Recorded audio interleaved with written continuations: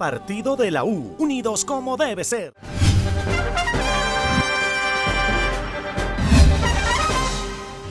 Este proyecto nos permite entender que la oposición tiene derechos y no por ello pierde su condición ideológica, que la oposición tiene derechos y merece garantías y que por supuesto es una oposición interesada, tiene sus propios intereses, hace parte de la expresión de unos grupos de interés o de unos grupos de poder o de una facción ideológica, y en el ejercicio de la oposición pues se nota esa diferencia y se remarca. Y a quien está en el gobierno no puede ni debe causarle estupor y mucho menos reacción violenta que la oposición señale la crítica y señale la diferencia y que incluso lo haga de manera subjetiva, interesada o sesgada. No importa para los efectos del estatuto de la oposición ponerse de acuerdo, ni molestarse porque la oposición opine distinto, ni temer a que la oposición sea alternativa de poder. Al estatuto de la oposición que está en sus manos, lo que le importa es que todos tengan derecho a expresar su punto de vista, que la ciudadanía pueda conocer los distintos puntos de vista y que los partidos que están por fuera del poder tengan la posibilidad real de llegar al poder. Esa es la esencia de la democracia y eso es lo que contiene este estatuto de la oposición, estos 32 artículos que hoy ponemos a su consideración. Quiero finalmente en este preámbulo, antes de entrar en los detalles del articulado, señalar algo que no puede soslayarse. ¿Por qué razón esta vez este Congreso sí va a ofrecerle a Colombia y a la democracia un estatuto de la oposición? ¿Por qué esta vez sí vamos a dar este paso? ¿Por qué ustedes van con su rúbrica, con su voto a decir nosotros los parlamentarios de este año 2017, siglo XXI, sí le entregamos a la democracia un estatuto de la oposición? ¿Y por qué antes no se pudo hacer? Porque estamos comprendiendo que uno de los elementos funcionales de los derechos de la oposición, que aquí llamamos estatuto y que es ley estatutaria por mandato de la Constitución del 91, uno de los elementos funcionales es evitar la violencia. Si las minorías, si la oposición no tiene garantías,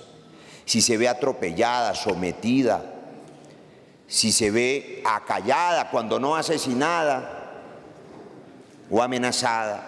o limitada en sus espacios de expresión públicos, en los medios de comunicación o en los debates o en las mesas directivas de las corporaciones o en el derecho de la réplica o en la financiación para su ejercicio,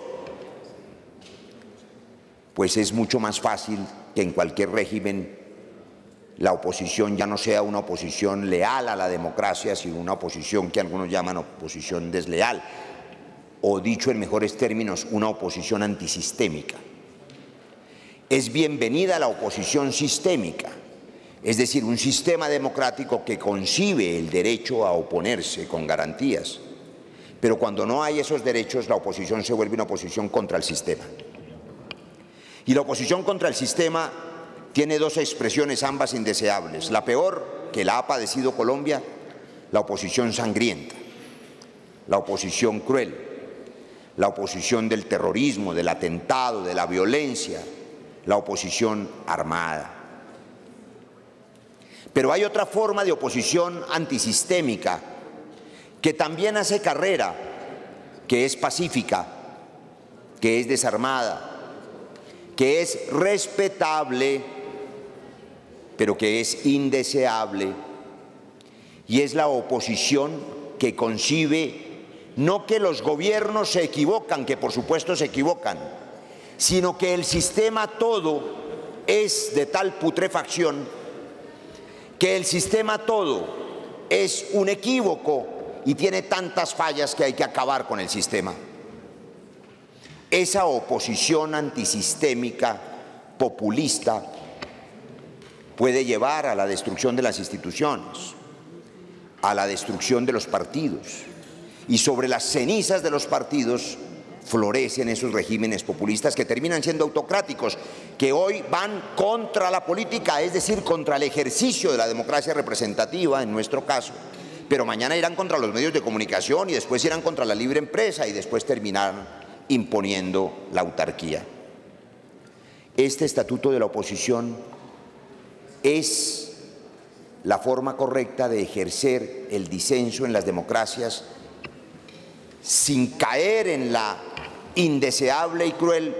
oposición armada violenta en cualquier latitud, digo, en cualquier país, y sin caer en la tentación de la oposición antisistémica populista que acaba con las instituciones. Partido de la U, unidos como debe ser.